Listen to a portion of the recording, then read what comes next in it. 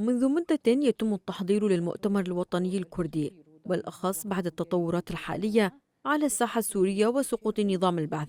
المرحلة الراهنة تتطلب منا توحيد الصف والرؤى السياسية.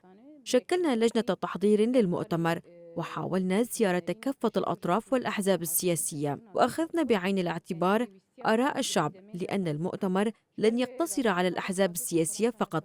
نتمنى أن ينعقد هذا المؤتمر في أقرب وقت، باعتباره الحجر الأساس لتوحيد الصفوف في روجافا على وجه الخصوص وفي أجزاء كردستان الأربعة بشكل عام.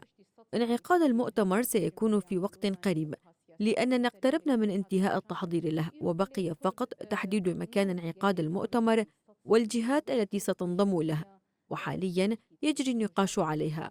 نحن نعيش الآن في مرحلة حساسة ومصيرية بالنسبة للشعب الكردي، لذلك يجب على كافة الأطراف العمل على قدم وساق لتوحيد الصف الكردي والنظر بعين مشتركة إلى القضية الكردية في سوريا وحلها.